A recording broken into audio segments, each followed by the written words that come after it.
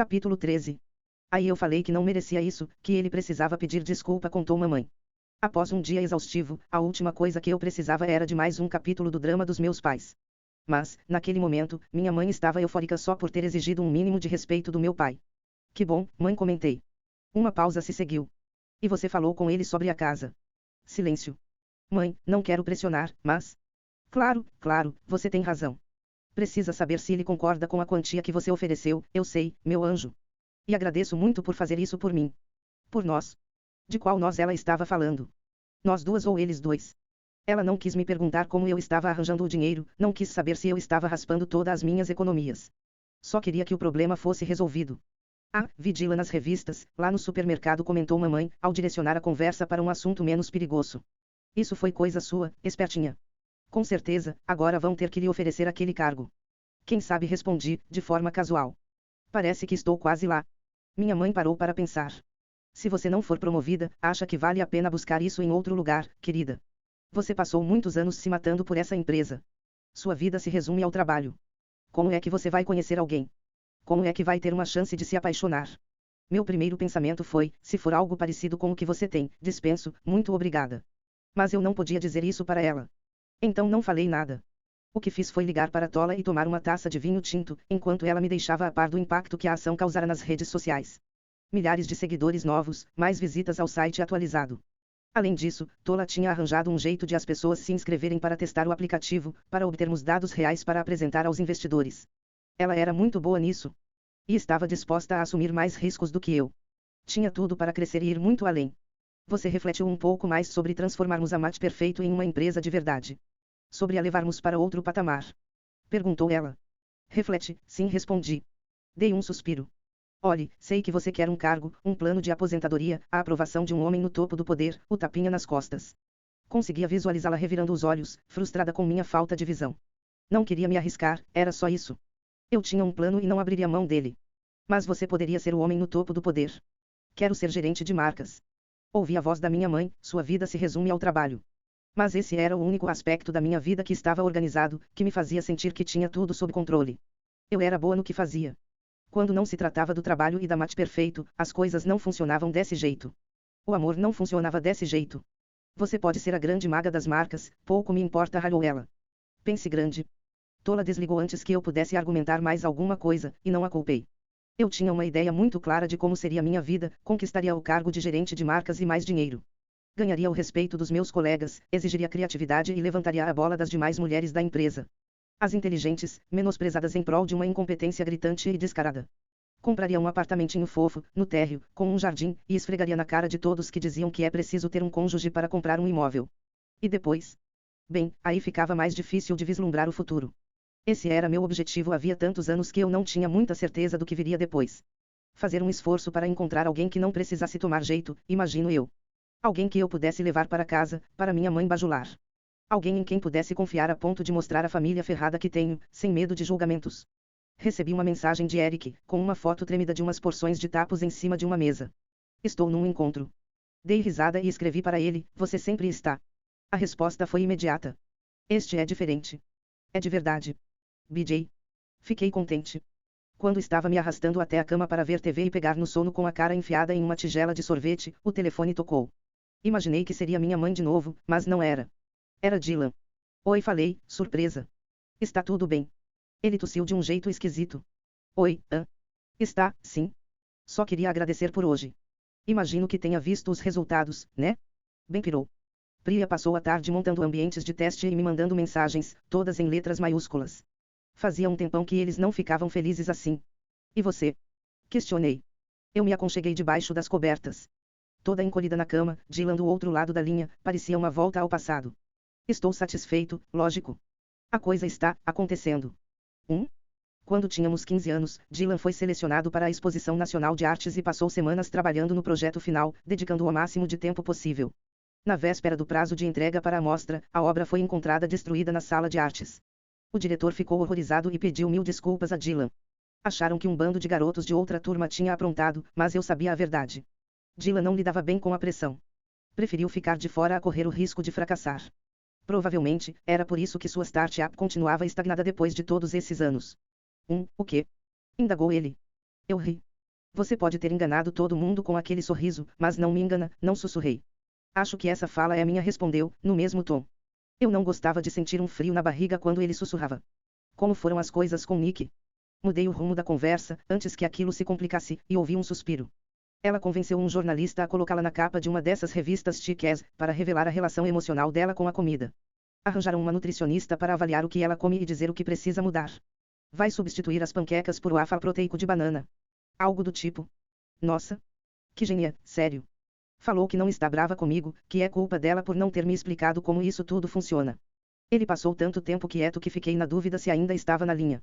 O que isso revela sobre mim? A coisa que mais adoro em uma pessoa é o que ela quer esconder do mundo. Ora, Dylan, a questão não eram as panquecas. As panquecas só eram algo que ela fazia sem fingimentos, sem ser para mostrar para os seguidores dela. Algo verdadeiro que compartilhava só com você. Ele fez um som de que interpretei como um sinal de que nossa trégua provisória continuava de pé. Então imagino que você também tenha pedido desculpas. Pelo tom de voz, presumi que ele estava achando engraçado. O que é que você acha, Ariste? Que deve ter enviado um buquê gigante das flores preferidas dela, segurado sua mão e olhado em seus olhos, enquanto pedia desculpas do fundo do coração. Em seguida, deve ter preparado aquele waffle de banana grotesco para mostrar que a compreende. Fiz uma pausa. Quantas eu acertei? Todas, na mosca. Ele gargalhou. Só que coloquei chantilly nos waffles. Claro, seu violador de regras. Bom, levo muito a sério o meu papel de galã. Porém, conforme as risadas foram escoando de suas palavras, continuamos na linha e deixamos o silêncio se prolongar entre nós. Dylan. Sussurrei, depois de um tempo. Você ainda está aí?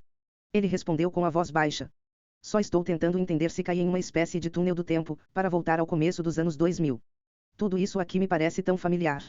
Senti um aperto forte no peito. Se eu simplesmente ignorasse, não seria necessário termos a conversa. Foi ele quem tinha começado esse jogo de fingimento, mas era o caminho mais fácil. Afinal, se ele me perguntasse por que fui embora, eu teria que perguntar sobre aquela noite e relembrar que tinha me enganado a respeito de quem ele era. Naquele momento, era imprescindível que ele fosse um projeto para mim. Ele não era Dylan James, o garoto que amei um dia. Era uma questão que eu precisava resolver para não perder a casa da minha mãe.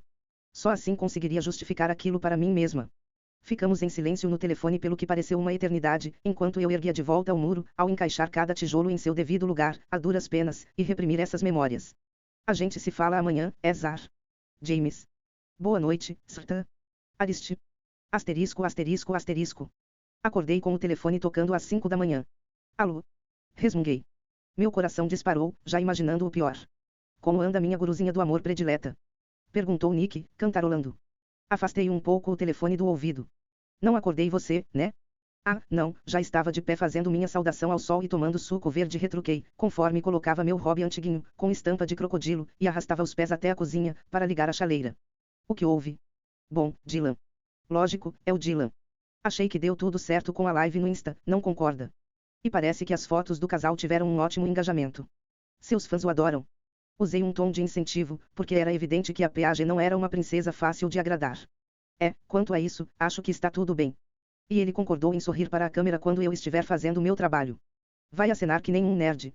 Hoje de manhã, tirou uma selfie na cama comigo. Foi a primeira vez. Eu não tinha me dado conta de que, enquanto falávamos ao telefone na noite anterior, ele estava na casa dela. Não sei porquê, mas isso me embrulhou o estômago. Tentei apagar esta visão da mente, os dois juntos, enroscados um no outro, risonhos, sem nenhum dos inconvenientes da realidade, como bafo pela manhã, pés gelados e peido debaixo do lençol. Apenas o retrato da perfeição. Então qual é o problema? Porque me parece que ele está se esforçando bastante. Coloquei a ligação no Viva Voz, para conseguir stalkear as postagens dela nas redes sociais. Ainda bem que ele se redimiu por aquele desastre das panquecas. Dá para imaginar. Já conquistei tantas coisas, e ele gostava justo do hábito que eu tinha de me empanturrar de panquecas sem ninguém ver. Sua gargalhada era aguda que nem esses sininhos na entrada das lojas aviso, precisa-se de atenção. Por sorte, estou trabalhando com a DRA. Karen, que é nutricionista, para me ajudar a lidar com a compulsão e com o hábito de descontar na comida. Ela é absolutamente incrível. Não fazia nem 24 horas e ela já havia se ajustado a essa nova narrativa. A equipe dela era impressionante mesmo. Parece que ele está se esforçando de verdade em relação a essa questão das redes sociais. Estamos no caminho certo. E correu tudo bem com os preparativos para a apresentação, comentei. Usei um tom alegre, com medo de que algum tipo de questão logo fosse levantada. Bom, é que... Lá vem. Ele está tão ocupado trabalhando na apresentação que estou com receio de não existir um clima muito romântico para o pedido de casamento, sabe? Homem não sabe fazer um monte de tarefas ao mesmo tempo, como as mulheres. Mas a gente? Ele está fazendo literalmente tudo o que você pediu. Está mais ativo nas redes sociais, está trabalhando para apresentar a empresa dele para os investidores, está fazendo sucesso. Foi ao seu evento. Reflete um pouco. Estamos no caminho certo. E quanto ao pedido de casamento? Eu me encolhi. Ouvi-la falar já me dava uma sensação horrível. Era muito autoritário, como se eu me recusasse a vender um par de sapatos que ela achava que merecia, embora não fossem do seu tamanho. Você viu aquela foto? O jeito com que ele olhou para você, como a abraçou. É romântico. A maioria das pessoas daria tudo para ter isso. Continuei. Meu tom era de animação total. Moça, me dá um tempo, porra. Sou uma vigarista, não uma santa milagreira. Nick suspirou. Ele. Tem umas coisas que ele não compartilha. E eu compartilho tudo. Menos o fato de estar pagando para dar um jeito nele. Bom, acho que isso faz parte. É provável que ele goste do que é exclusivo dele, de coisas suas que ele não precisa compartilhar. Nick, estamos ajeitando tudo, tá bom. Não precisa se preocupar com nada. Estamos cuidando disso. Eu sei, tenho confiança total em vocês. Só queria que houvesse mais tempo para momentos românticos em meio a isso tudo. Eu ia acabar matando essa mulher. Esse seria o fim da minha carreira, não com um colapso causado por burnout, mas sacudindo Nicolette Veterington Smith e gritando o que é que você quer de verdade, até que me levassem presa. Ele não mandou flores e cozinhou para você. Seu tom de voz se endureceu. Ele te contou. Contou. Um silêncio estranho pairou no ar, e senti a necessidade de me desculpar, mas não dei o braço a torcer. Bom, sei que esse tipo de coisa talvez impressione mulheres comuns, só que, para mim, receber flores é só mais do mesmo, sabe? No meu caso, os gestos grandiosos precisam de um tchan a mais. Talvez deva ter isso em mente na hora do pedido de casamento. Naquele instante, eu a odiava com todas as minhas forças. Nick, caso prefira seguir meu primeiro conselho e organizar um pedido de casamento com alguém que tenha uma equipe de assistentes, agentes e um escritório de relações públicas para fazer isso virar manchete em todos os jornais, é só me avisar. Não seja boba. Ela retomou o tom jovial, e comecei a me questionar se a frieza não passara de imaginação minha. Apenas, o incentive a pensar grande, está bem. Uma grande demonstração pública de amor. Com um fundo decente, instagramável. Está pegando o jeito da coisa. Entro em contato em breve. Por favor, não faça isso. Tenho uma reunião sobre o Guerra dos Casamentos das Celebridades na semana que vem. Já falaram que adoram a mistura das nossas tonalidades. Conseguem visualizar muito bem um casamento com tema de inverno, com cores frias e bar de gelo.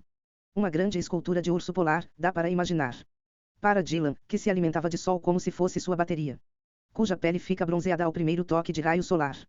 Que organizava, nos fins de semana de verão, viagens de acampamento, idas a festivais e dias inteiros na praia, com o único objetivo de sorrir para o céu e se bronzear, enquanto suplicava em silêncio para a estação nunca ter fim. Um casamento com tema de inverno para esse sujeito. Tomei o restante do café e só pensei no rosto abatido da minha mãe e no sorriso presunçoso do meu pai. Vou ver o que posso fazer.